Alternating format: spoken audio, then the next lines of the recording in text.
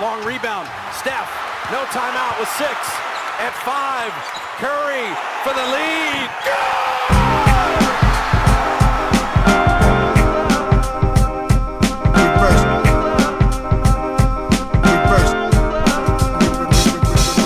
The game's a game. The game's a game. The game's a game. The game's a game. Always.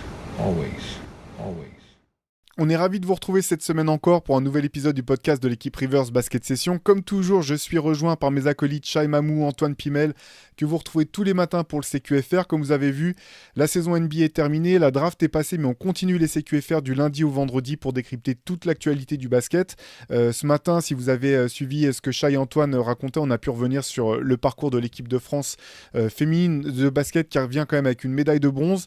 Donc une médaille de bronze, c'est toujours bien, on va pas se mentir, même si on pouvait être un petit peu déçu malgré tout du parcours des Bleus, surtout au vu de ce qui avait été annoncé par le staff et la fédération. Aujourd'hui, on va changer un petit peu notre fusil d'épaule. Oui, certes, on va parler de Victor Wembanyama, qui reste quand même la grosse actualité du jour, mais on va surtout et aussi parler des Spurs. Où en sont-ils ? Qu'est-ce qu'on peut attendre de cette équipe pour la saison à venir et celles qui vont suivre ? Comment est-ce qu'ils peuvent essayer d'entourer Victor du mieux possible pour maximiser son potentiel ? Voilà un petit peu les questions qu'on avait envie de se poser et de vous poser. Vous savez que vous pouvez, n'hésitez pas dans les commentaires à nous mettre des questions ou des suggestions de sujets. On regarde ça avec attention. Donc Shai, Antoine, peut-être on peut quand même, en préambule, rapidement, pour ceux qui n'auraient pas suivi l'actu, l'info du jour, c'était quand même que Victor ne participera pas à la Coupe du Monde. Surprise malgré tout, hein, au vu de ce qui avait été annoncé en amont. Juste pour revenir quelques minutes là-dessus, Shai, Antoine, quel est votre sentiment, vous, sur l'annonce donc, du forfait de Victor Wembanyama pour la Coupe du Monde qui se jouera fin août, début septembre ?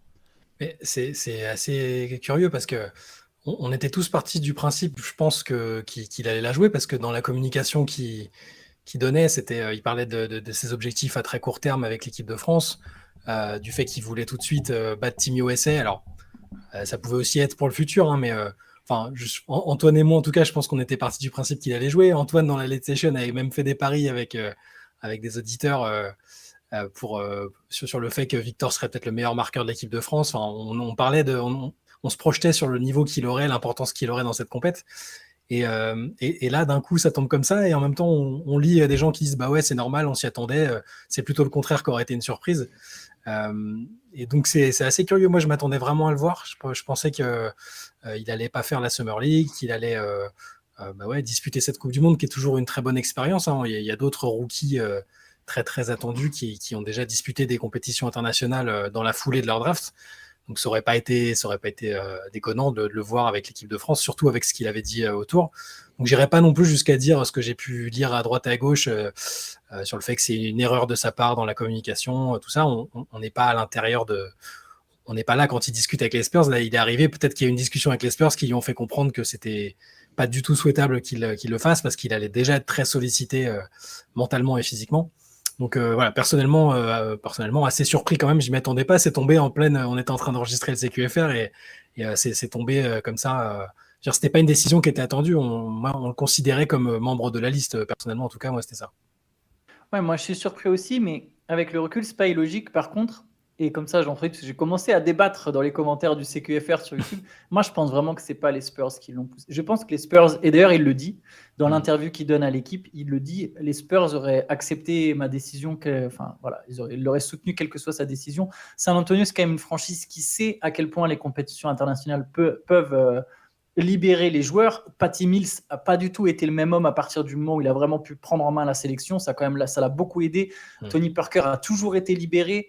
Les joueurs des Spurs, ils ont quand même eu souvent des internationaux. Ils ont toujours laissé leurs joueurs participer. Donc, je suis vraiment persuadé que les Spurs n'ont pas mis un veto. Je pense même que Victor Wembanyama, aujourd'hui, avec son statut, je pense même qu'il arrive. Faut vraiment comprendre qui est le mec. C'est comme LeBron, tu vois. En fait, je ne dis pas que ce sera un joueur comme LeBron. Ce que je parle en termes de statut, c'est qu'à un moment, tu es déjà en position de décider pour toi-même, en fait. Si LeBron, demain, il avait voulu... D'ailleurs, LeBron, quand il arrive en NBA... Non, c'est 2004 où il joue les JO. Mais vous comprenez l'idée. Tu décides. C'est toi qui décides. Ta franchise, elle est là pour te faire plaisir, parce qu'elle sait qu'elle a 4 ans pour te convaincre qu'il faut que tu signes une extension. Et ça commence maintenant. Moi, je pense vraiment surtout ce qui s'est passé, c'est que Il y a eu une retombée un peu d'émotion. Il a quand même fait une super longue saison. On est souvent à dire, ouais, Victor Wembanyama, comment il va tenir le choc. Il a joué 61 matchs la saison dernière, Victor Wembanyama. Il est à 20 matchs d'avoir joué une saison NBA. Alors évidemment, sur un rythme un peu plus long, mais il a quand même joué 61 matchs. Il a eu une très longue saison. Il y a la draft. Et surtout, je pense qu'il n'imaginait pas à quel point il serait sollicité depuis qu'il est sur le sol américain, en fait. Le mec, il n'a pas le temps de souffler. Il est obligé de faire des allers-retours. Il faut qu'il aille à San Antonio, qu'il s'installe. Il y a la Summer League, etc. Je pense qu'il n'avait pas anticipé tout ça. Et que du coup, il y a un peu ce côté, voilà, il s'est dit, c'est peut-être le moment de se reposer pour mieux préparer. Il sait qu'il va être super attendu. Je pense pas que c'est comme ces mecs qui disent, bah, je fais pas la Coupe du Monde parce que je devais préparer ma saison et les mecs, ils font un workout individuel, tous les jours le matin au mois de juillet où au final, tu progresses sur rien ou très peu. Je pense vraiment que c'est plus dans l'idée de se reposer, de se dire, OK, j'ai besoin de faire un break un peu pour recharger avant de. C'est vrai que sur les sollicitations, c'est assez marrant parce qu'au bout d'un moment, même nous, on se disait à un moment pendant la saison en France, est-ce qu'on n'en fait pas trop avec Victor et tout. Je sais pas si vous êtes allé voir les images de son accueil à San Antonio, mais c'était eux, ils sont encore plus chauvins que les Français, quoi. Ils sont à 2000% sur Victor. Il y a des fresques dans la rue, des mariachis qui l'attendaient à la descente de l'avion. C'est vraiment la folie sur place. Alors effectivement, je pense que honnêtement, c'est pas forcément un mauvais calcul, surtout voilà, en termes de récupération de repos. Je pense que c'est pas un mauvais calcul. Comme toi, Antoine, je pense que les Spurs sont une des franchises qui savent que quitte à faire jouer ton joueur l'été, bah, c'est mieux qu'il aille jouer une compétition internationale plutôt qu'il joue de la Summer League, parce que tu prends les mêmes risques de blessure au bout du compte, et en même temps, voilà, on sait ce que ça peut t'apporter de jouer une compétition de très haut niveau en termes de confiance, aussi en termes d'assurance de jouer face à des équipes accomplies qui sont vraiment en place. Mais voilà, ceci étant dit, c'est pas un mauvais calcul quand même de se reposer. Tu as bien fait de noter le nombre de matchs que Victor a joué cette année. Hein. C'est plus que Zion, c'est plus que Ja Morant, même je pense, avec les suspensions diverses. C'est plus que tout un tas de joueurs NBA qui ont fini leur saison.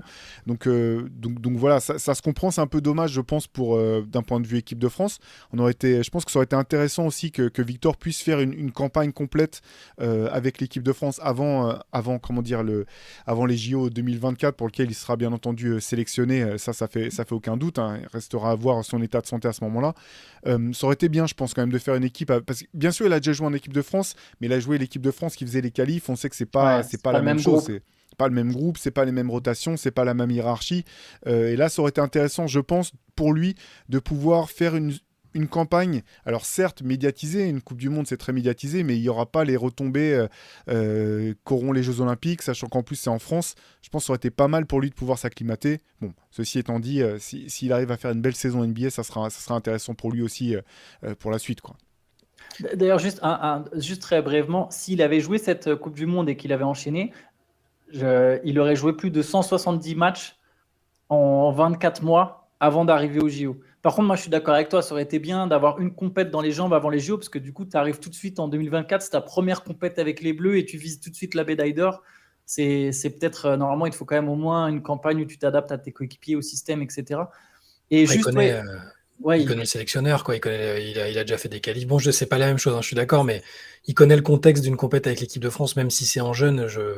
J'ai l'impression que vu son adaptabilité et sa maturité, ça devrait aller. Moi, c'est plus une déception sur le plan que je m'étais fait à l'idée, vu qu'on en parlait et que le tableau a l'air très ouvert avec les Américains qui sont sans doute pas sans superstar. Tu te dis, bon, si en plus on a Wembanyama, mais bon, je suis d'accord. En fait, le choix de base est plein de bon sens parce qu'on le comprend. C'est juste que c'est un peu surprenant au niveau du timing. Ça donne vraiment l'impression qu'il s'est dit, oula, je me suis peut-être un peu avancé. C'est un peu chaud tout le cirque autour de moi et c'est peut-être une bonne décision. De toute façon, on va voir. Il y a une interview qu'il a donnée à Yann Onona ou peut-être qu'il revient un peu plus en détail. On verra sur ce qu'il a à dire. Exactement. Bon, repartons du côté de la conférence Ouest et du Texas pour San Antonio. Alors, quelques chiffres que j'ai notés quand même, parce que San Antonio, c'est quand même assez beau pour ceux qui aiment les Spurs. En gros, ils ont tanké 3 fois. Les 3 fois où ils ont tanké, ils ont chopé le premier pick. La première fois, c'est en 87 pour récupérer David Robinson. Ils avaient fini la saison avec 28 victoires, 54 défaites. La deuxième fois, c'était en 97 pour récupérer Tim Duncan. Ils avaient fini avec 20 victoires, 62 défaites. Là, cette année, ils ont conclu l'exercice 2022-2023 avec 22 victoires, 60 défaites. Donc tout le reste du temps, en gros, ils ont plus ou moins essayé d'être compétitifs. Certes, il y a des saisons qui sont pas avec des résultats qui sont pas mirobolants, surtout avant l'arrivée de David Robinson, mais c'est plus lié à la faiblesse de l'effectif qu'à une volonté affichée de vouloir aller drafter très haut. Bien sûr, quand on parle des Spurs, du coup, on est obligé de rappeler ça, quoi. David Robinson, Tim Duncan, deux des meilleurs pivots de tous les temps, deux joueurs qui étaient dans la liste des 50 meilleurs joueurs de l'histoire et des 75 meilleurs joueurs de l'histoire maintenant. Victor, il arrive avec ce lourd héritage sur les épaules, avec un sélectionneur qui est toujours le même, enfin un coach qui est toujours le même, du moins David Robinson a connu d'autres coachs que Greg Popovich, mais c'est avec lui qu'il a gagné sa première bague, c'est avec lui qu'il a été le plus loin en play-off, etc. Donc c'est vraiment, voilà, tout le monde le sait, la pierre angulaire de la franchise. C'était assez intéressant, j'ai trouvé cette photo plutôt sympa, là, on le voyait poser avec les anciennes gloires des Spurs, Tim Duncan, Sean Elliott, David Robinson, j'en oublie un peut-être au Manu passage. Ginobili. Il y avait Ginobili, ouais. Exactement. Et pas Tony Parker. Ouais, voilà. Comme par Surprenant, hasard. mais bon, ça doit être les hasards du calendrier. Surpris ou pas? Surpris ou pas, je sais pas. Bon, c'est compliqué de savoir vraiment la relation entre les deux. Il y a forcément un passif, mais bon, c'est dur d'y voir clair. En tout cas, voilà, ce qui est assez intéressant, je trouve, c'est de voir que les Spurs n'ont pas peur d'inscrire Victor dans cette lignée-là. Dans cet héritage, lui-même a l'air de bien l'accepter, de l'avoir tout de suite identifié, de l'avoir même revendiqué. Est-ce que c'est une façon de se mettre la pression selon vous, ou est-ce que finalement ça ne change rien vu le statut et toute la hype qu'il y a autour de lui depuis 3 ans maintenant? Il est plus à ça près. Hein. Pardon, oui, non, c'est clair. Non, mais il avait déjà parlé un peu de ce côté mentor et des gens avec lesquels la franchise avait tout de suite dit qu'il travaillerait tout au long de la saison, que ce soit sur des séances individuelles ou juste en tant que mentor avec les Ginobili, Duncan. On sait qu'ils allaient passer dans tous les cas. Et lui, il est très demandeur de ça. Hein. Je crois qu'il en avait parlé déjà avec la franchise. Il voulait ces interactions pour s'enrichir un peu de la culture locale. Puis voilà, tu discutes de basket avec Ginobili, avec Duncan, qui sont dans l'organigramme. Même un Sean Elliott que les gens, le grand public aujourd'hui connaît peut-être moins. Mais c'était un sacré joueur aussi. Et puis au niveau identité de la franchise, il était important. Donc ça non, c'est pas une pression supplémentaire. De toute façon, cette pression, en tout cas, la manière dont il répond aux questions sur la pression, Victor, il la cherche presque, il cherche le max des attentes. Il a des attentes extrêmement élevées pour lui, et donc à San Antonio, il va pas se contenter juste d'être un autre Français qui vient réussir, un autre first pick qui vient faire de la figuration. Il veut le max, je pense. Donc il veut s'imprégner de la culture et de l'héritage et en même temps faire son propre chemin, parce que même si c'est un intérieur comme Duncan et comme Robinson, ça reste un mec avec un profil qu'on n'a absolument jamais vu et des attentes démesurées qu'on n'a aussi jamais vues. Donc non, c'est plus sympa et ça montre, je pense qu'aussi les gens sur place sont rassurés de le voir vouloir tout de suite interagir avec ces légendes-là et montrer qu'il est conscient aussi de cette histoire-là. Le fait qu'il soit aussi mature, intelligent, tout ce qu'il montre, ça participe aussi aux attentes et au fait que les gens ils sont hyper optimistes avec lui, hein, c'est sûr. Moi, je suis d'accord, il la cherche. Je pense qu'il cherche la pression, je pense qu'il aime ça. Après, pourquoi il la cherche exactement? Je ne le connais pas assez, évidemment, pour y répondre. Mais tu sais, il y a des gens, ils ont besoin de se mettre dans ce mood-là, en fait. C'est les speak it to existence, quoi.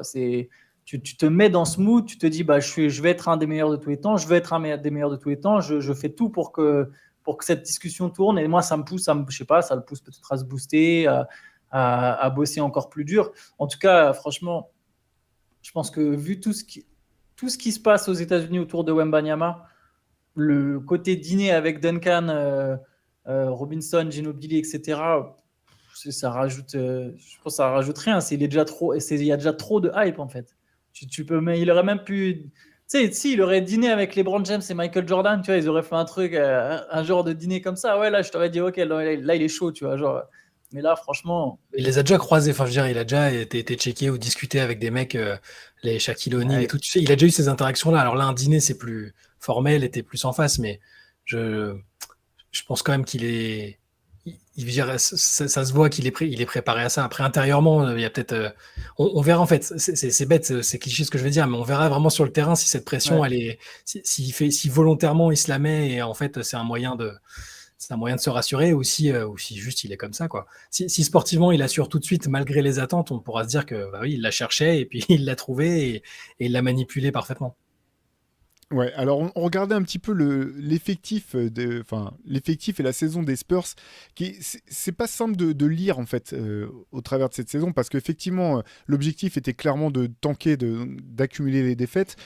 Moi, alors, je vais vous demander votre avis là-dessus. Moi, ce que j'ai trouvé intéressant dans la saison des Spurs, c'est que même si les victoires étaient pas là, tu voyais qu'il y avait du travail, notamment il y avait un fond de jeu, je trouvais vraiment intéressant, il y avait de la complémentarité, les joueurs les uns avec les autres, il y avait un groupe de jeunes joueurs qui est vraiment intéressant, notamment Devin Vassell, Keldon Johnson, Trey Jones qui était à la main, qui sera free agent cet été, donc à voir quelle sera sa situation, et Jeremy Sohan, moi qui m'a fait une très très forte impression tout au long de l'année, par sa polyvalence, sa capacité à boucher tout un tas de trous. C'est un joueur très jeune, qui a tout juste 20 ans, qui a un potentiel, moi que je trouve vraiment vraiment énorme. Ce que je trouve intéressant, ce long préambule, pour dire que c'est pas, j'ai le sentiment que c'est là, Victor Wembanyama tombe dans une équipe qui avait des résultats très faibles, mais en fait, j'ai pas le sentiment qu'il tombe dans une équipe très faible.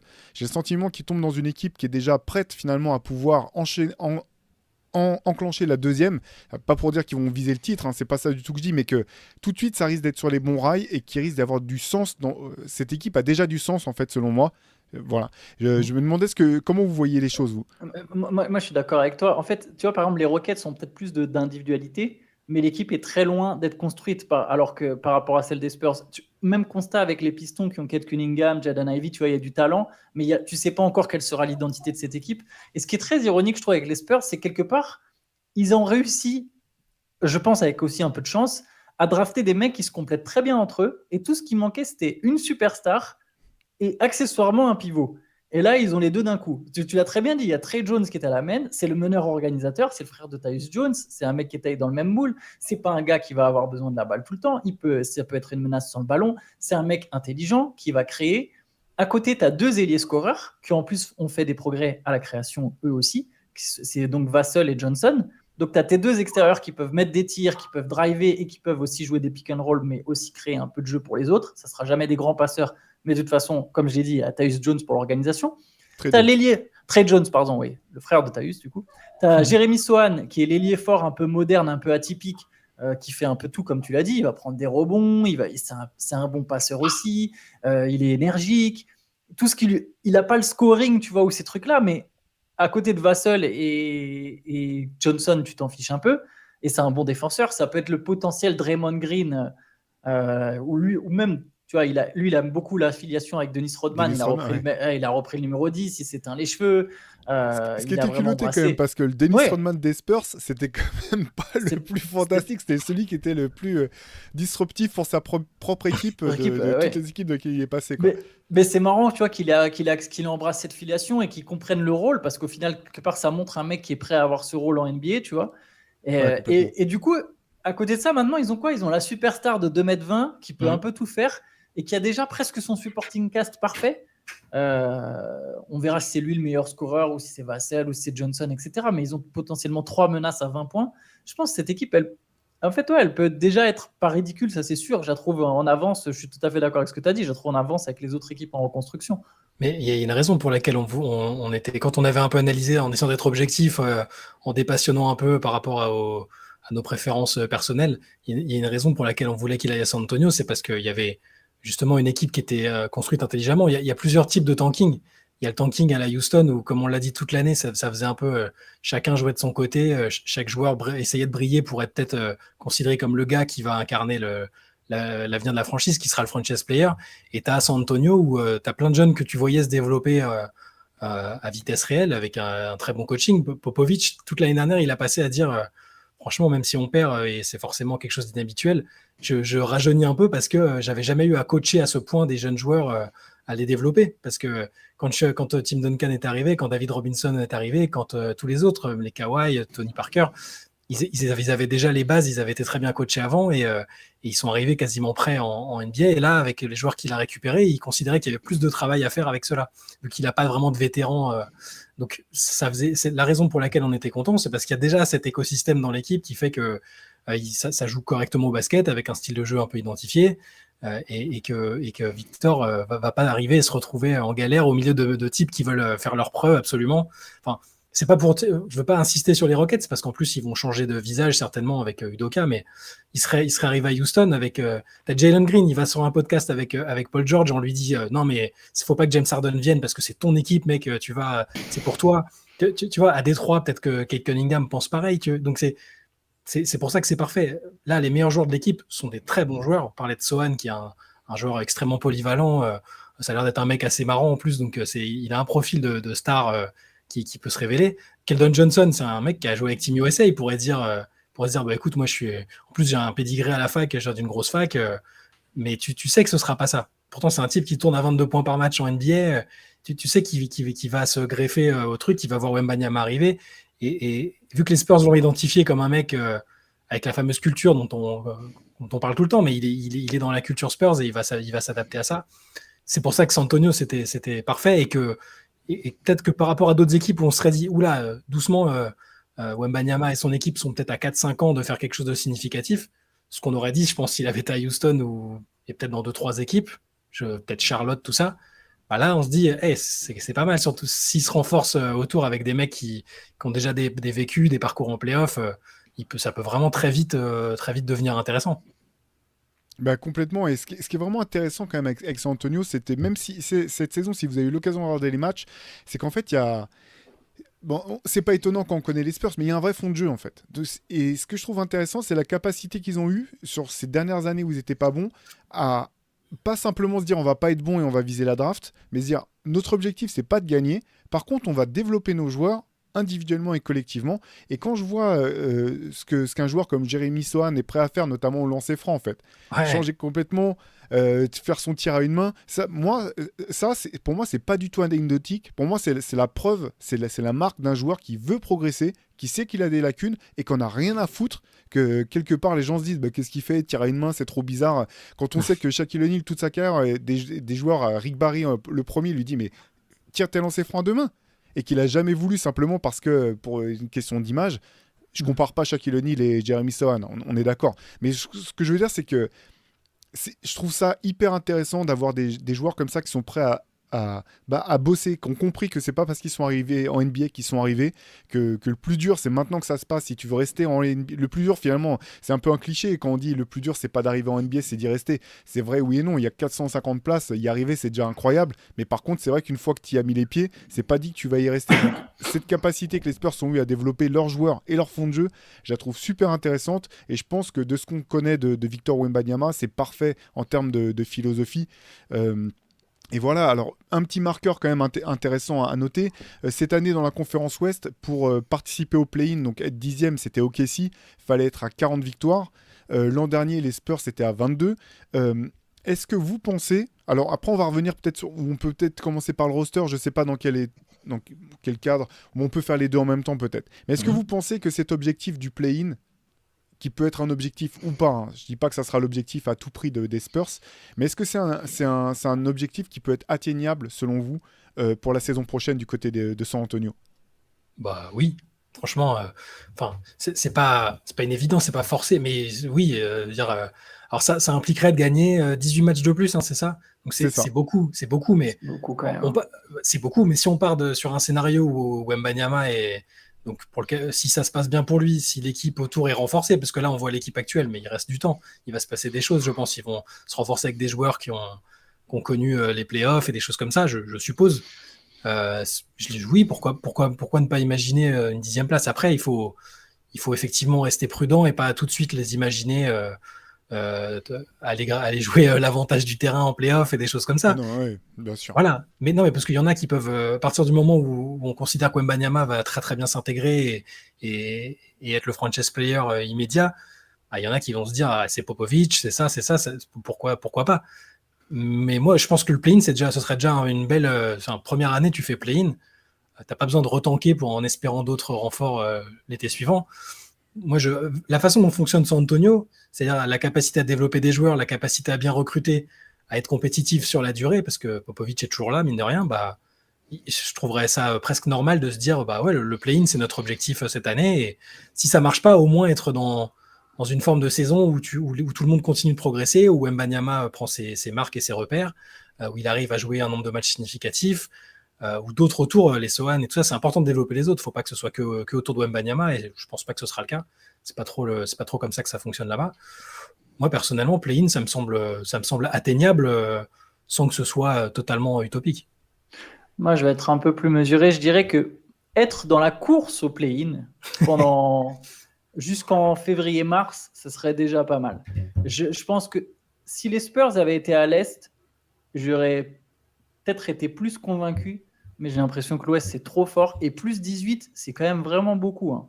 Plus C'est 18 beaucoup. si on reste sur le 48. Plus 18, c'est ce que LeBron y met aux Cavaliers. Et je pense que LeBron a été et sera un meilleur rookie que ce que Wembanyama le sera.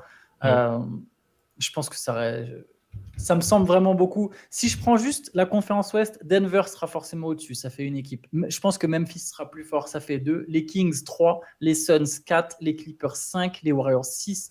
Les Lakers, selon moi, seront au-dessus. Ça ferait 7. Les Pélicans, il faudra voir l'état de santé, mais je pense vraiment théoriquement que ça serait au-dessus. Le Thunder aussi. Les Mavericks aussi.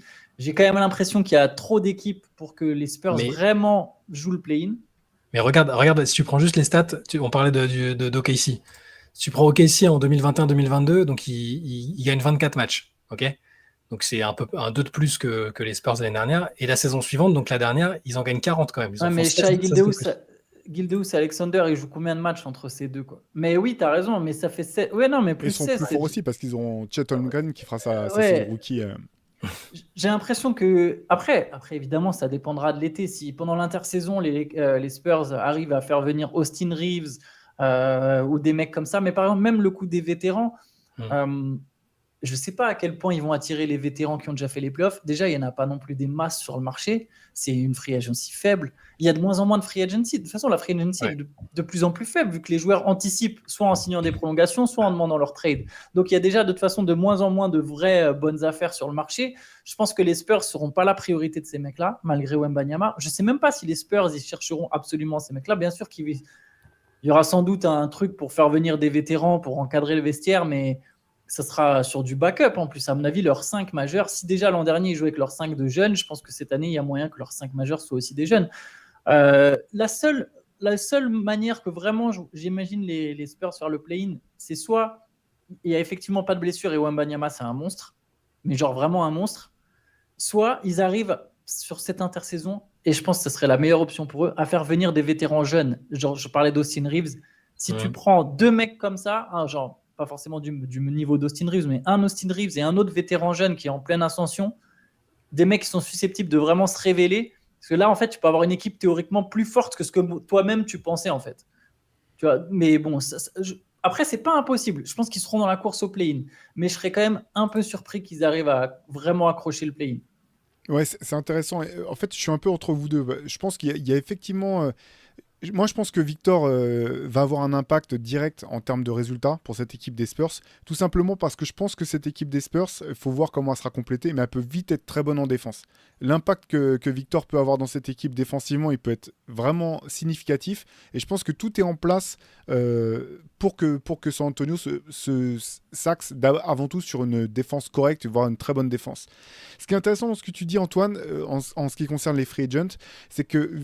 En fait, il y a tellement de place dans la masse salariale des Spurs à court terme que là où je pense qu'ils peuvent choper des vétérans pour des vétérans d'impact pour encadrer ces jeunes, c'est en les surpayant en fait, en les surpayant sur des contrats courts, sur des contrats de 2 ans, d'1 an, en disant on va aller au-dessus de ce que le marché est prêt à leur proposer, on va leur proposer 1 an, 2 ans pour encadrer ces jeunes, et que là je pense que tu peux effectivement remplir ton roster. L'idéal c'est exactement ce que tu as dit, je pense qu'ils peuvent aller choper Austin Reeves, on en a déjà parlé à plusieurs reprises, en proposant en lui faisant une offre sur laquelle les Lakers pourraient devenir frileux ou oseraient pas s'aligner, ça serait parfait. Et derrière, si tu peux surpayer un vétéran qui n'est pas forcément vieillissant, mais un mec où tu dis, bon, de toute façon, sur le marché, personne ne va te proposer autant, mais on te propose ça pour 2 ans. Je pense que c'est possible pour San Antonio d'aller chercher ce type de gars.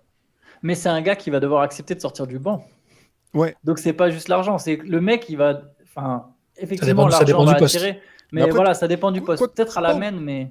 Pas obligatoirement, ceci dit. Parce que finalement, dans leurs jeunes, Je veux dire, tu peux aussi, dans tes jeunes, en faire de l'un d'entre eux un sixième homme qui va sortir du banc tu vois, et booster un petit peu ton attaque. C'est pas impossible non plus, je pense. Je suis pas sûr que Vassell ou Johnson ils acceptent de sortir du banc. Je pense qu'aucun des deux c'est trop tard. C'est des starters, c'est des mecs qui visent plus le All-Star Game que. Sur les autres postes, alors. Je pense sur vraiment la main, pas que. Ouais, je pense que c'est que la main. Parce que même Sohan, tu pourrais. Lui, je pense qu'il est suffisamment jeune pour accepter. Mais je pense que ce serait dommage. Parce que je trouve que Sohan, c'est le pas du tout le profil. joueur que j'aurais fait Il faut des sortir du mecs banc pour le coup. il faut des mecs plus forts autour de lui. Je pense que Johnson et Vassell, c'est trop tard. Je pense que tu peux plus. Je pense que tu peux plus. Très sincèrement, je pense que ni l'un ni l'autre. Vassell, déjà dans le discours, que j'aime beaucoup, j'adore ce mec, mais je pense que c'est trop tard. Tu peux plus lui dire ouais non mais en fait t'inquiète, regarde, on va donner un rôle à la Manu Ginobili. Non, le gars, c'était la première, il voulait être la première option de l'équipe. Avant qu'il se blesse, les Spurs sont quand même bien, parce qu'ils finissent à 22 victoires, mais en fait ils commencent bien la saison. Ils ont bien démarré la saison.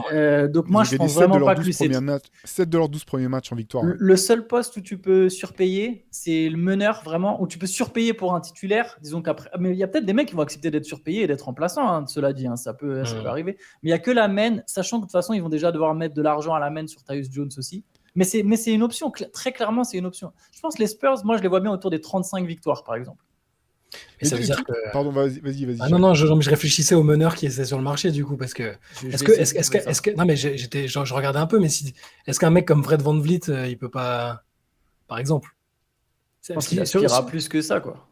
Bah, à être titulaire, il a déjà été champion, VanVleet, en plus. Ouais, mais si tu peux jouer à Philippe... Enfin, non, quoique oui, Philippe...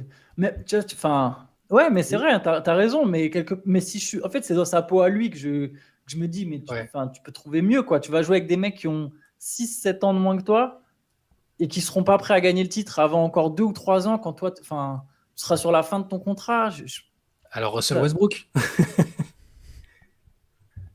pareil, il va rester aux Clippers. Il va rester aux Clippers. Et tu as des tu prends D'Angelo Russell? Non. Non, mais c'est pas pour moi, il fit pas du tout avec l'équipe. C'est ça. Mais Eric Gordon. Les Clippers ne pourront pas garder tout le monde. Mais Eric Gordon, il va rejoindre une équipe qui est candidate au titre. Mais c'est là que je te pose la question, parce que parmi les candidats au titre, est-ce qu'ils pourront tous lui offrir le plus? Tout dépend de la motivation des joueurs, en fait. Tout dépend de ce qu'ils veulent. Il en a connu des plans maintenant où on te fait venir pour gagner le titre et finalement tu te retrouves à pas gagner le titre. Il en avait aussi marre d'être aux Rockets. Hein. Il n'en pouvait plus d'être aux Rockets. Après, c'est les Rockets, mais tu vois l'idée. Il n'en pouvait plus d'être dans un projet jeune, quoi. Non, je comprends. Mais ce qui est pas inintéressant non plus, je pense, ceci dit, c'est d'aller chercher des vétérans, alors pas de ce calibre-là, mais de très bon niveau, effectivement, pour nourrir ton banc, en fait. Et d'aller choper un mec où tu sais qu'il va te servir à la fois de vétéran de vestiaire et en même temps qu'il va avoir un vrai impact dans le jeu. Et lui dire, écoute, ta cote sur le marché, elle est à temps, nous on te propose plus parce qu'on va valoriser... dans un rôle, alors pas de Udonis Haslem, hein, c'est pas tout à fait ça, parce que là il aurait besoin quand même que le mec soit sur le terrain et qu'il apporte aussi sur le terrain, mais dans ce type de profil, quoi.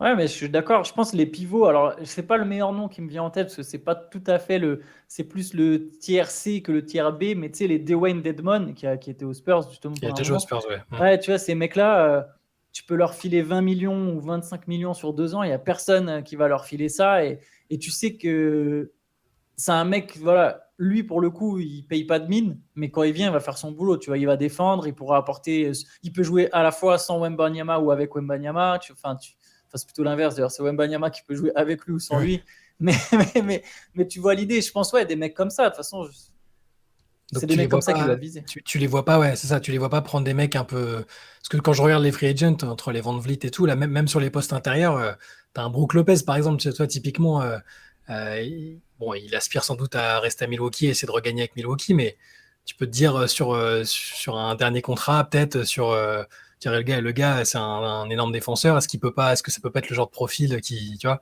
Donc toi, tu penses plus qu'ils vont prendre des mecs intermédiaires. Des George Hill, moi je vois bien que les anciens joueurs de la franchise. Il a 65 ans, le mec, il est déjà venu 4 fois aux Spurs, 5 fois Indiana. Il y a un moment, faut le laisser tranquille, quoi. Tu sais quoi, à la limite, si tu arrives à surpayer Mason Plumlee, tu vois, des mecs comme ça, mais souvent je me dis que pour les Spurs, à chaque fois, tous les noms qu'on cite là, ça me semble très bien. La vraie question, c'est que je me demande à quel point eux seront intéressés, en fait. Les joueurs, tu vois, par exemple, Brook Lopez, je vois pas pourquoi il irait aux Spurs si les Bucks lui proposent même 10 millions de moins, tu vois. Poultol, alors. Poultol, un retour aux Spurs, peut-être, je sais pas. Mais moi, pour le coup, je pense que c'est pas tout à fait assez. Il faudrait quand même des mecs d'un registre un peu au-dessus, quoi. Ouais. Si, dans un objectif à court terme, hein, je dis pas que c'est l'objectif, je dis même pas que c'est l'objectif des Spurs. Simplement, les Spurs, ils vont devoir donner leur argent à quelqu'un. Donc Ouais. effectivement, Grant Williams, les Austin Reeves, les Grant Williams, pour moi, c'est les vétérans jeunes qui doivent viser. Les mecs où tu sais pas encore quel est leur niveau, tu vois. Genre où tu te dis, il peut encore progresser et ça se trouve, lui, dans 2 ans, en fait, il sera encore partie de notre projet, tu vois. Genre, s'ils font je ces deux-là, c'est surpaye énorme. Grant Williams, je surpaye, je donne le max à Austin Reeves. Est-ce qu'ils peuvent techniquement faire ces deux-là? Est-ce qu'ils peuvent faire Reeves et Williams? Ah ouais, ils ont 100 millions. Non, j'exagère. Ils ont 70 millions, je crois, à distribuer, un truc comme ça. Ça serait Un beau. peu moins, parce qu'ils doivent re-signer Tyus Jones. Mais... Très Grant Jones. Williams. Ouais, très Jones, décidément. Et ils ont qu'à faire venir Tyus Jones aussi. Comme ça, Ça, ce serait beau. Trop tard. comme Mais... ça, c'est plus simple. Ouais. Ouais, non, effectivement, toute la question est là. C'est vrai que bon, cet été, c'est pas l'année où il y a le plus de free agent d'impact. Je pense qu'effectivement, les Spurs vont certainement devoir aussi s'aligner sur le deuxième marché parce qu'en fait, comme tous les étés, finalement, on va attendre de voir qui sont les premiers joueurs à partir. C'est eux qui vont donner le prix, un peu le tarif pour les autres équipes et c'est comme ça que ça va se passer pour San Antonio. Ce qui est cool pour San Antonio, finalement, c'est que j'ai l'impression que d'une part, il n'y a pas d'urgence. Et que par ailleurs, en fait, quand tu as un joueur comme Victor Wembanyama, même si bien sûr tu cibles des besoins spécifiques sur certains postes, finalement ils peuvent renforcer leur équipe de plein de manières possibles. Ce fait que même si le free agent qu'ils avaient noté en 1 est pas disponible, finalement je pense que si c'est le 2 ou le 3 ou voire le 4, ils peuvent même malgré tout continuer à remplir leur équipe et faire en sorte que leur équipe soit plus compétitive l'an prochain. Ce qui est intéressant, c'est ce que tu dis un petit peu sur... C'est-à-dire qu'on sait qu'avec San Antonio, il suffit pas d'être bon, quoi. Il y a aussi toute la partie, est-ce que tu colles avec le club, avec l'identité du club. C'est pour ça que quand tu parlais de Grant Williams, c'est intéressant parce que c'est un joueur auquel j'avais pas du tout pensé, mais je pense que c'est aussi par rapport un petit peu la façon dont on voit le joueur, quoi. Tu vois, dont on voit sa personnalité. Nous, bon, on n'est pas dans le vestiaire, on ne sait pas comment il est, mais c'est dur pour moi de savoir à coup sûr si c'est un mec, tu vois, qui peut porter le tampon Spurs et qui peut... Ils ont déjà eu des mecs loufoques. Ils ont déjà eu des mecs un peu loufoques qui ont réussi à... Ouais, enfin, loufoque, Jackson. Voilà, je pense tout de suite à Jackson. Enfin, pas loufoque, je ne le décrirais pas comme loufoque Jackson, mais plus un peu dur, un peu des joueurs de difficile rupture, à gérer. Voilà, difficile à gérer. Bon, ils les ont eu, ça marche sur une période courte en général, mais Grant Williams, je pense pas que ce soit un joueur à problème ou quoi. C'est plus effectivement c'est plus l'image qu'il a de lui, le côté loufoque lui pour le coup, à se prendre pour Batman et compagnie. Mais on a vu que ça pouvait être un excellent joueur. Hein. En finale NBA l'année dernière, c'était quand même solide. C'est juste qu'il faut que ses aspirations collent avec celles des Spurs. C'est toujours ça. Mais culturellement, je pense que de toute façon, c'est là-dessus que j'ai aucun doute pour les Spurs. C'est que quelle que soit la période, le moment auquel ils voudront vraiment accélérer, ils sauront trouver les joueurs. Ça fait partie des franchises avec Miami qui savent exactement trouver les joueurs qui vont coller avec ce qui se fait dans la franchise depuis des années en termes de personnalité, de travail. C'est la grande force de ces équipes-là. Tant que tu auras Popovich, que tu auras Bufford qui chapeaute un peu tout ça, même si du coup le GM a changé, mais c'est ça, l'énorme force, c'est de savoir travailler correctement, savoir drafter correctement, parce que j'espère, il faudra voir aussi, sur la draft qu'ils viennent de faire, ils ont quand même pris un autre Français. Oui, bien sûr. Bon, c'est Sissoko. Bah ouais, c'est très intéressant. Lui, en tout cas, il se voit direct intégrer l'équipe et il pense pas du tout être un plan long terme. Donc je me dis aussi que s'ils l'ont pris, vu leur historique de réussite dans les drafts sur les tours plus éloignés, sur les pics plus éloignés, ils l'ont pas pris pour rien. Ils cherchent un mec avec de l'énergie et de la défense. C'est typiquement le genre de joueur qui peut apporter ça. Donc, pardon, c'est de Sidi Sissoko dont tu parles. Sissoko, pardon, ouais. Qui a fait une très bonne saison en J-League, vous le découvrirez, j'espère, cette année avec les Spurs, mais voilà, typiquement sur peut-être 10-15 minutes en sortie de banc, il est capable d'ultra dynamiser un match en défense, en attaque, il est très loin d'être maladroit. Je le vois bien, justement, s'ils ont cette quête d'une identité défensive importante, comme tu disais Théo tout à l'heure, c'est le genre de joueur qui va leur faire du bien. Ils n'auront peut-être pas tant besoin que ça d'aller fouiller pour ces profils-là sur la free agency. Mais du coup, justement, les gars, est-ce que vous ne pensez pas que les Spurs, quelque part, ils ont intérêt à pas trop viser haut à la free agency? Je m'explique, parce que tu vois, les Sissoko, est-ce que tu ne sais pas mieux de faire une saison à 30 victoires plutôt que 40, mais durant ces 30 victoires, tu as vraiment continué à donner des minutes au Vassell, au Johnson, au Trey Jones, au Sissoko, au Sohan, plutôt que d'aller chercher, je sais pas, des Kyle Kuzma, Parce qu'au final, eux, ils peuvent mettre le max sur Kuzma. Tu mets le max sur Kuzma et tu demandes à Johnson ou Vassell de jouer moins, ou tu trouves un espèce de système bizarre où Vassell c'est ton meneur, ou je sais pas, Johnson sort du banc ou Vassell sort du banc. Je pense que déjà, comme je l'ai dit, à mon avis, eux, ils le prendraient pas forcément très bien. Donc tu régresses, tu ralentis peut-être la progression. C'est pas tu régresses, tu ralentis éventuellement la progression de certains de tes jeunes pour aller faire une saison à 40 victoires. Est-ce que c'est pas mieux quelque part? Bah ouais, tu signes des vétérans de seconde zone, mais des mecs très professionnels qui vont encadrer le groupe. Peu importe ce qu'ils t'apportent, même si c'est un mec qui a 5 points, 5 rebonds, je sais pas, un Gorgui Dieng, pareil, qui était aux Spurs, tu prolonges ces mecs-là pour remplir ta masse et tu comptes juste sur ta progression de tes jeunes pour aller faire 30 ou 35 victoires. Et tu sais qu'au moins, comme ça, tes mecs, ils ont passé encore un cap. Et en 2024, là, tu peux te dire, OK, maintenant, la free agency, là, on commence à viser un peu plus sérieux parce que maintenant, on veut gagner 45 matchs. Tu vois. On ne va plus en gagner 30, on va en gagner 40, 45. Après, dans mon scénario, tu vois, c'est pas incompatible, je pense. Peut-être qu'ils vont effectivement pas trop prospecter, pas faire de folie sur la free agency et vouloir compter sur ce noyau-là. Se dire peut-être Keldon Johnson, il a encore il peut step, il a un ou deux steps de plus. Vassell, qu'on a vu vraiment bien l'année dernière, il a peut-être encore un niveau, il peut augmenter. Tous ces joueurs-là, ils peuvent. C'est peut-être pas incompatible. Alors, je parle pas de faire mieux que le play-in, mais juste si tu fais le play-in sans être ruiné à la free agency, que Wembanyama est aussi fort que prévu, bah, tu peux peut-être à la fois avoir développé ton noyau, le noyau que tu souhaitais, et être play-in ou borderline play-in et pouvoir continuer de construire là-dessus. Donc il y a plein de scénarios intéressants finalement. Bon, le seul qu'on leur conseille pas évidemment, c'est de craquer sur des mecs pour essayer de gagner immédiatement et viser quelque chose de, tu vois, d'essayer de se mettre sur les meilleurs free agents tout de suite. Je pense pas que ce soit ce qui vise dans tous les cas. Hein, mais... Non, mais c'est clair, mais je partage tout à fait ton avis, Antoine. Quand je parlais d'objectif de play-in, ça sera clairement pas celui des Spurs, en fait. C'est juste, je me posais la question de savoir si ça pouvait être, malgré tout, une barre atteignable pour San Antonio si les choses se passaient bien, mais je partage complètement ton avis. L'objectif, de toute façon, ça doit pas être ça doit pas être le play-in, même si tu peux le vendre comme ça à tes joueurs parce qu'il faut quand même avoir une direction quand tu encadres une équipe.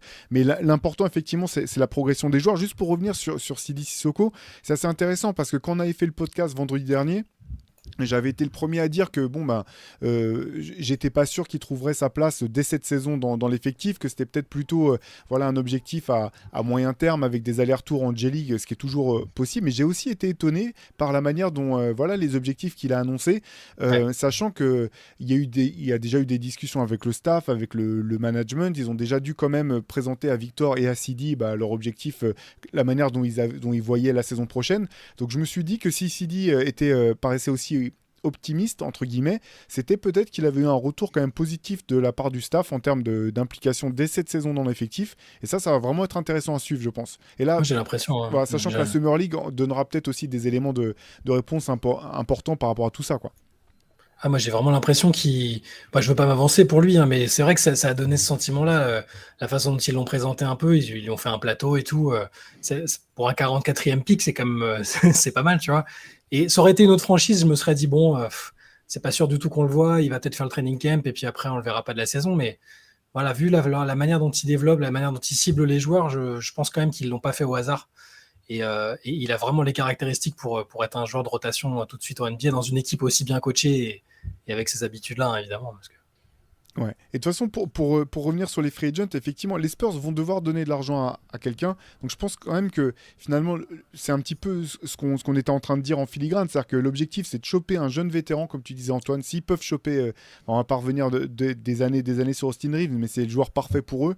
S'ils peuvent lâcher de l'argent pour un mec comme ça sur le long terme et à côté de ça, trouver des vétérans sur du court terme, des contrats 1 saison, 2 saisons pour vraiment jouer le rôle d'encadrant un petit peu et de aussi alléger la tâche aussi de ces jeunes joueurs, hein, parce que on parle d'encadrement dans le vestiaire mais aussi encadrement sur le terrain, pouvoir donner des coups de main pour dépanner. Je pense que ça serait l'objectif, enfin j'imagine que c'est l'objectif pour les Spurs, quoi. Ouais, je pense aussi. Moi je remettais même pas en question finalement l'objectif du play-in, c'était plus, tu vois, par exemple, aujourd'hui, San Antonio pourrait très bien être dans une position d'offrir 4 ans max à Kyle Kuzma, d'offrir, 4 ans max à Chris Middleton, etc. Alors, j'ai l'impression que nous, on est tous les trois d'accord sur le fait que c'est pas ce qu'ils vont faire et que c'est pas ce qu'ils doivent faire, mais ils sont en position de le faire. Par contre, je pense effectivement que ce serait pas une bonne idée, parce que je pense que déjà, ça ralentirait la progression, et en plus, avoir des jeunes, pour l'instant, il y a de la marge sous le cap. Pour l'instant, il y a de la marge sous le cap. Là, c'est que Trey Jones qui est éligible à son extension. Enfin, non, Trey Jones, il est free agent. Devin Vassell, il est éligible à une extension. Il y aura celle de Victor plus tard. Il y aura celle de Sohan plus tard.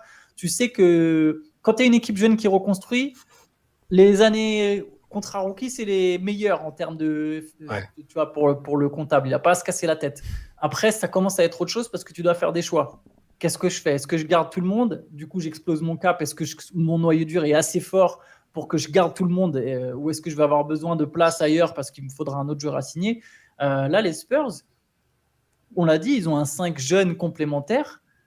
Il y a un futur où Devin Vassell, ça devient une seconde option crédible, ou Keldon Johnson, peu importe, l'un des deux. L'un est la deuxième, l'autre la troisième. Ou Jeremy Sohan est un complément parfait. Et tu as vraiment ton Big Four avec Wembanyama. Et c'est ça le gros de ta masse salariale. Et c'est pour ça, moi, je pense comme toi, Théo, qu'ils vont surtout signer des mecs sur 1 ou 2 ans à 10, 15 millions pour remplir le cap, quoi. Mais justement, est-ce que là, je suis en train de réfléchir, mais est-ce que c'est pas une fausse équipe de jeunes un peu? Parce que Devin Vassell et Keldon Johnson, ils auront 23 et 24 ans à la reprise. Hein. Donc, c'est jeune, évidemment, mais c'est un peu, justement, c'est la force des Spurs, c'est de cibler les joueurs matures, et Victor c'en est un. Sohan c'en est un, on l'a vu aussi, c'est un mec qui a joué à l'étranger, tout ça, donc ils ont vécu des choses.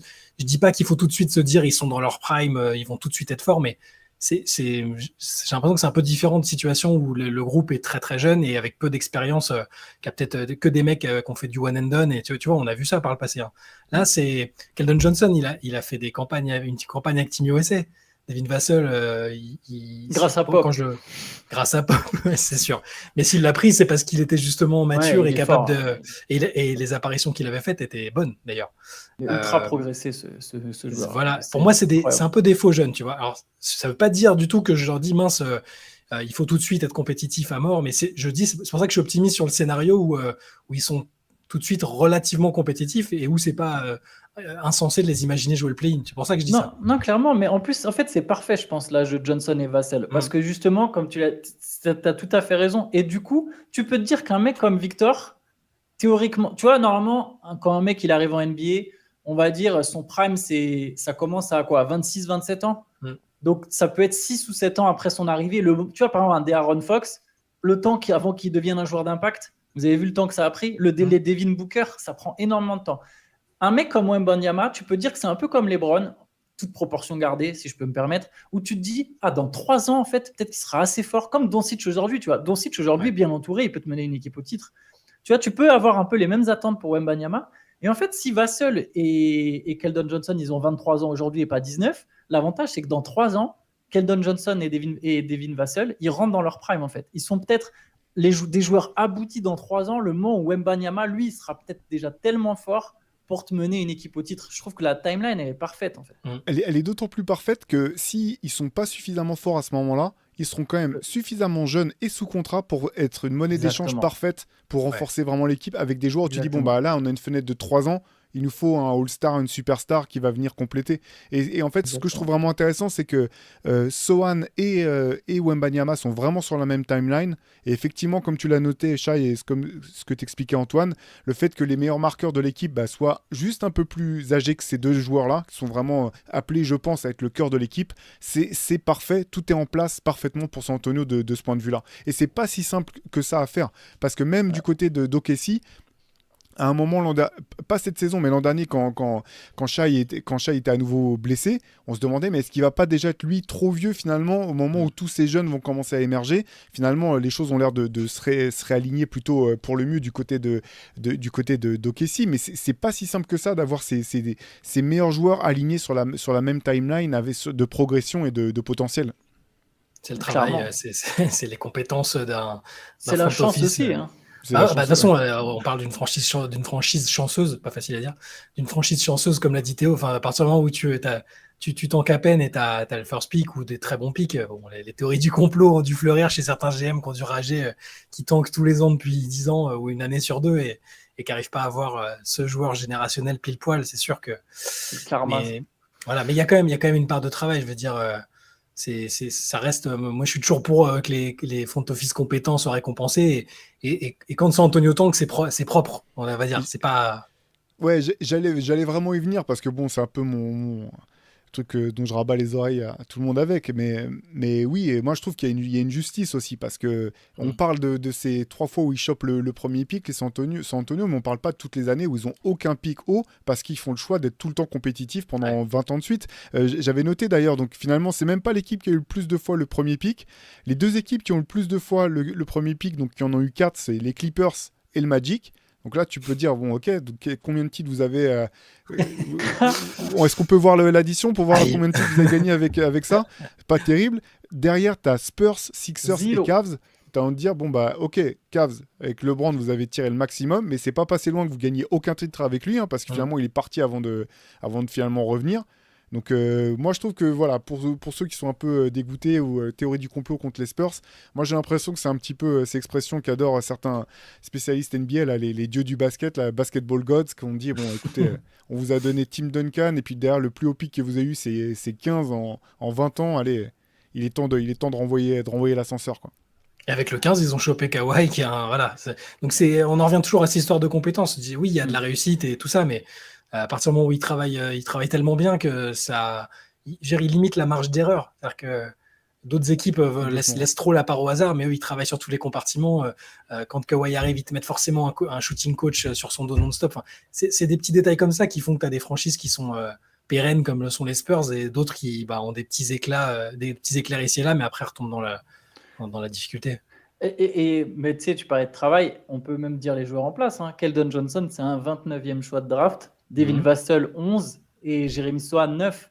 Donc, il n'y a pas un mec dans le top 5. Et ces 3-là, tu sais déjà qu'ils ont... Enfin, Johnson, c'est déjà un joueur plus que solide.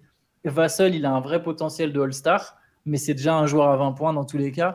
Et Jeremy Sohan, il a aussi un vrai potentiel intéressant de joueur atypique. Donc, sur 3 picks comme les Kings, ils ont eu, je sais pas, genre 13 choix dans le top 10 entre 2006 et 2020. Combien sont vraiment devenus des vrais joueurs, quoi? Stauskas Non.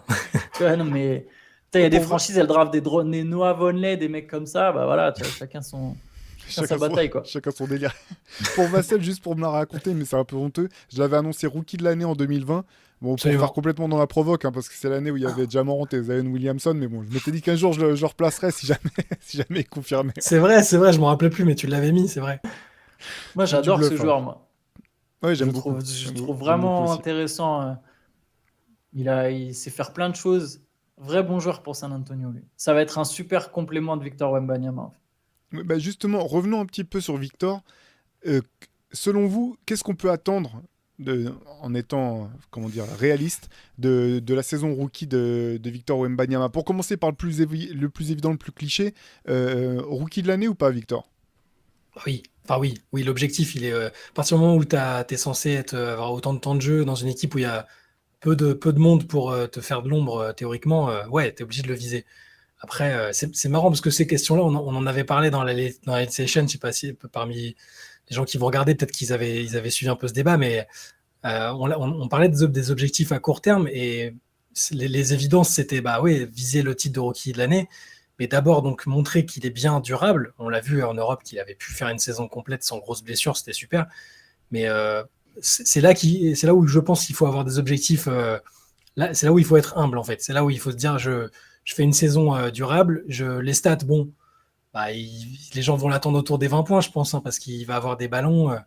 Mais le titre de rookie de l'année, par contre, je trouve que c'est pas négociable. Il faut qu'il soit dans la discussion jusqu'au bout.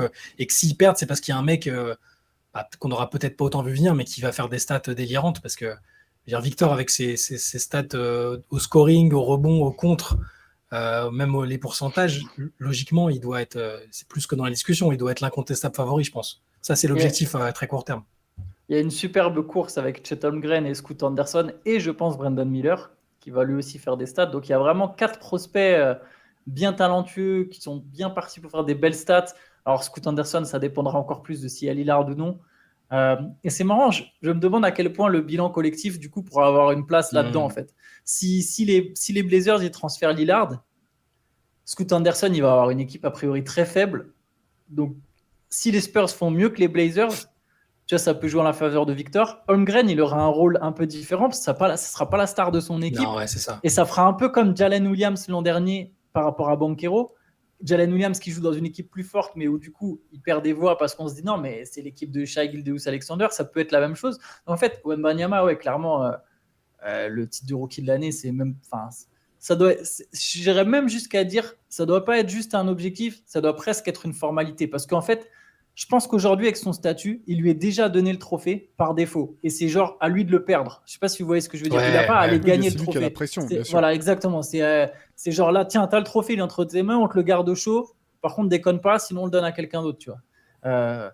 Et il aura en plus un peu de hype en sa faveur. S'il est fort, en fait, s'il déçoit, bien sûr, ou s'il est moins fort que les attentes énormes qu'il y a autour de lui, il y aura des papiers, c'est un bust, on nous a menti, etc. Mais s'il est, ne serait-ce qu'à 20 points, il a 20 points par match, même avec moins de 50% au tir, moi je le vois bien, un truc comme ça, entre 20 et 21 points, 45% au tir, un truc comme ça. S'il est ça, en fait, je pense qu'il aura la hype en sa faveur en mode vous avez vu, il est déjà chaud. Je ne sais pas si vous vous souvenez, mais Ben Simmons a quand même le trophée à la place de Donovan Mitchell sur sa saison rookie. Et alors, j'avais adoré le Simmons rookie qui était énorme, mais tu sais, il y avait aussi un petit côté hype, genre non, mais ça, c'est lui la star de demain, c'est Ben Simmons, donc vas-y, on est obligé de lui donner le trophée de rookie de l'année. Donc, par rapport à Mitchell qui sortait de nulle part et qui jouait pour le Jazz, quoi. Ouais. Non, mais ça va être intéressant parce qu'effectivement, il y a une grosse cuvée de rookies, en fait. Plein de joueurs qui peuvent être prétendants pour des raisons diverses et variées. C'est là qu'on va voir aussi un petit peu comment les Spurs encadrent ça.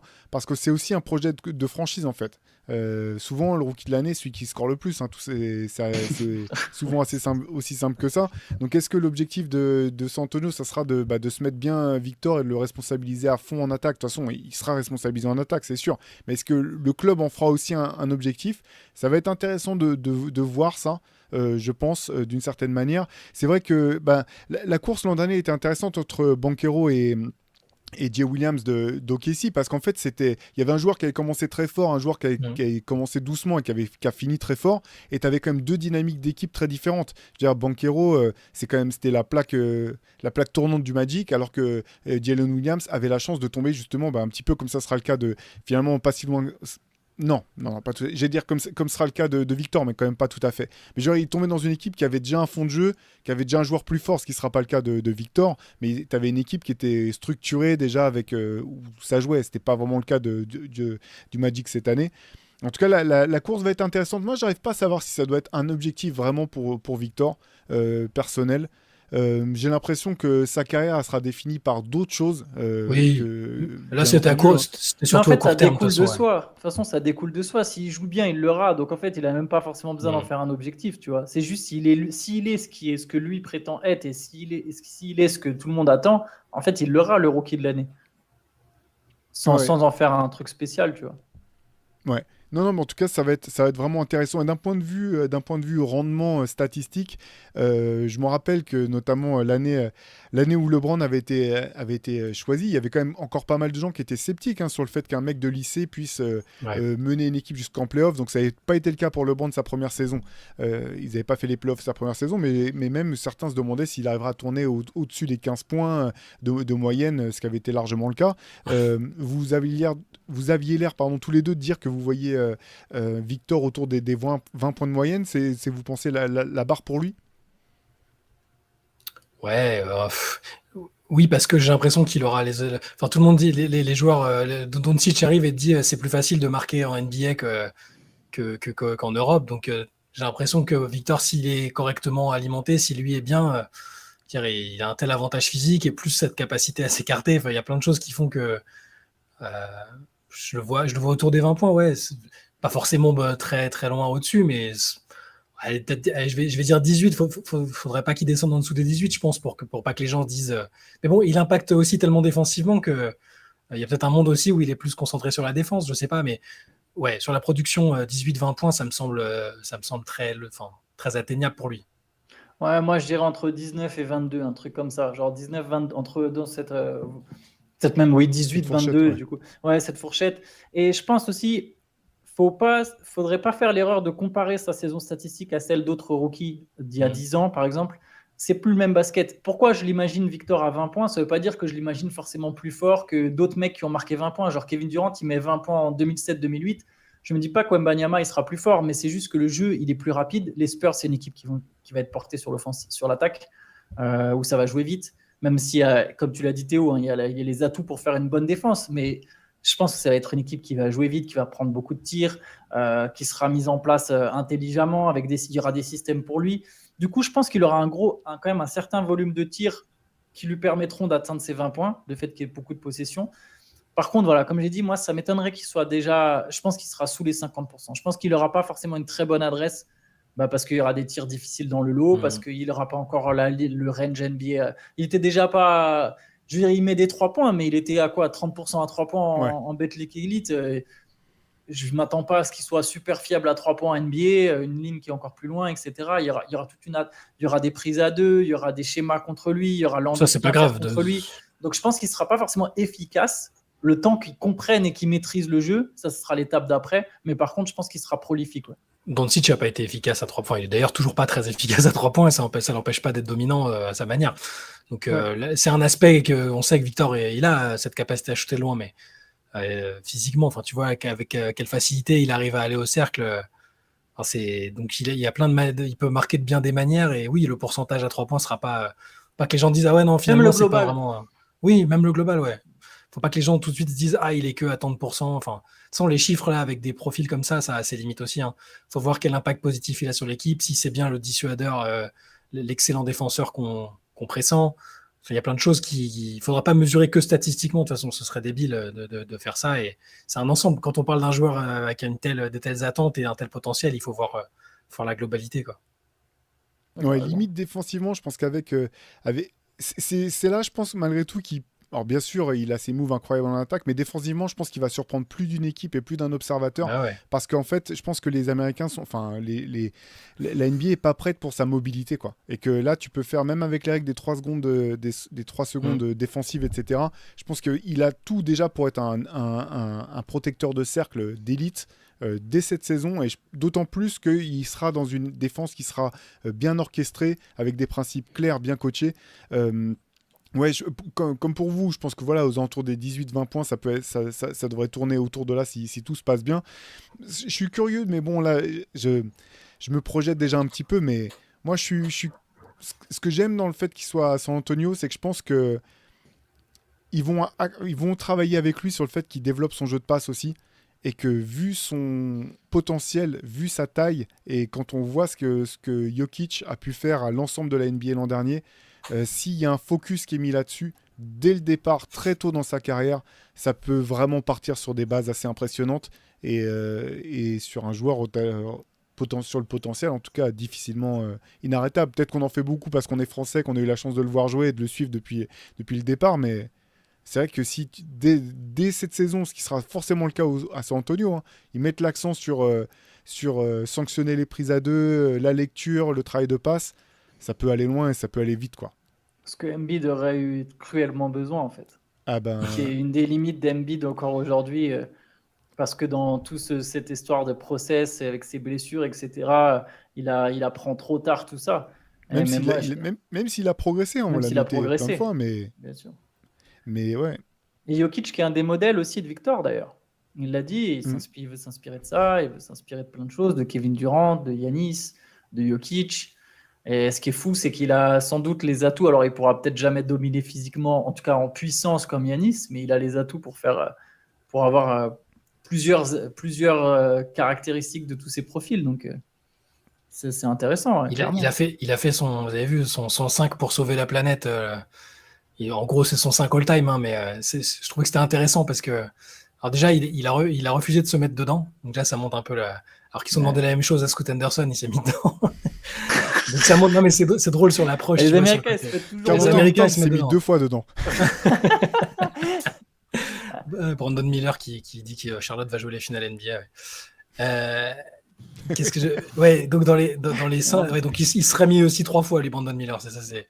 Mais oui, dans les joueurs qu'il a mis, c'est intéressant parce il s'est pas mis dedans et il a mis Steph Curry, Michael Jordan, LeBron James, Tim Duncan, bon, pour faire un peu corporate, je pense, mais voilà, c'est quand même intelligent, et Shaquille O'Neal. Donc, alors, il n'y a personne des fans des années 80, il n'y a pas Bird, il n'y a pas Magic, mais je pense quand même qu'il a étudié leur jeu quelque part. Mais on voit un peu le genre d'équipe, et même lui, sa réflexion sur le côté j'y suis pas encore. Je veux y être, mais j'y suis pas encore, tu vois. Alors que les autres, Scott Henderson, il se met direct dedans, même s'il va peut-être faire une excellente carrière. Hein, mais voilà. C'est un des 5 les plus cohérents que j'ai entendu de la part d'un jeune quand on lui demande ses 5 majeurs. Tu vois, normalement, ça n'a jamais aucun sens. Il y a genre Kobe Bryant, Paul George, LeBron James. Et tu sais, pour l'histoire, il va te mettre un Wilt. Il y a toujours des trucs incohérents. C'est la première fois que tu te dis, il y a un sens quand même dans son 5 majeur, tu vois. Et une vraie. Enfin bref. Voilà, j'y pense. C'est clair. Et avant de refermer cette page, il y a quand même sur la timeline et le développement de Victor et de ses Spurs, un marqueur qui est intéressant quand même, c'est celui de Greg Popovich, qui ne pourra pas coacher jusqu'à 150 ans, même si on lui souhaite. Là, il a re-signé pour 3 ans de plus, si je ne me trompe pas, avec San Antonio. Ça risque peut-être d'être un marqueur quand même intéressant à voir si ça donne un petit peu quand même le tempo de la progression attendue par la franchise. Parce qu'il a quoi, 73, 74 faudrait voir quel âge avait le coach le plus vieux en NBA. Il faudra qu'on regarde ça, on en discutera, je pense. C'était forcément Hubie Brown avec les Grizzlies, mais je sais pas quel âge il avait à ce moment-là. En début des années 2000 avec Pugazol. Parce qu'il faut voir s'il se dit je prends 3 ans parce que c'est la période sur laquelle je veux déjà aller jouer le titre. Je veux que la 3e année on joue le titre, ou si c'est juste 3 ans et puis on voit pour la suite si je suis en bonne forme, quoi. Mais je pense que Pop, à mon avis, il aimerait quand même être compétitif rapidement, et le côté développement, c'est cool, mais je pense quand même qu'avec Wembanyama, il se dit qu'il se verrait bien finir avec un titre quand même. Je pense que s'ils font demi-finale, moi, au bout de 3 ans, je les imagine bien avoir fait demi-finale de conférence, par exemple. Ce serait beau dans un. Ouais. Genre, tu vois, donc on arriverait en quoi? En 2026, demi-finale de conf ou allez, je vais rester sur demi-finale. C'est peut-être un peu tôt, mais ok. Imaginons qu'ils aient fait ça, demi-finale de conf en 2026. Il peut toujours se dire, on n'est pas très loin du titre, allez, je me fais 2 ans de plus, quoi. Tu vois. Genre les 3 ans, c'est pour voir, comme tu l'as dit, pour voir en fait qu'est-ce qu'il est capable de faire, Victor, en 3 ans. Et au bout de 3 ans, je vois s'il est vraiment capable de mener vite au titre ou pas. De toute façon, le bon vin, ça préserve. Il poussera jusqu'en 2030 et il n'y a pas de problème. C'est clair. En tout cas, c'est tout ce qu'on lui souhaite. On va refermer là notre page du podcast de cette semaine. Comme je vous l'ai dit en préambule, CQFR tous les jours du lundi au vendredi. Late Session mardi soir, les gars. Absolument. On revient sur mardi. La semaine dernière, c'était exceptionnel parce qu'il y avait la draft jeudi, mais on revient demain soir. Donc Late Session mardi soir en live sur Twitch à partir de 23h. N'hésitez pas à suivre sur Basket Session ou sur nos réseaux sociaux. Il y a aussi le MOOC Rivers là, qu'on a hâte d'avoir entre les mains. Nous, on l'a toujours pas eu entre les mains non plus. Il arrive, il est sorti de l'usine. Il est parti de chez notre routeur. Donc si vous l'avez commandé, si vous êtes abonné, il est en chemin. Vous allez le recevoir dans les jours qui viennent. On vous le représentera dès qu'on l'aura entre les mains. Et puis d'ici là, nous, on vous donne rendez-vous la semaine prochaine pour un nouveau podcast long format. Continuez à suivre toute l'actu. Ça va bouger à fond dans toutes les équipes, forcément, avec la Free Agency. Et nous, on sera là pour analyser, décortiquer tout ça. À très vite. Ciao. Ciao.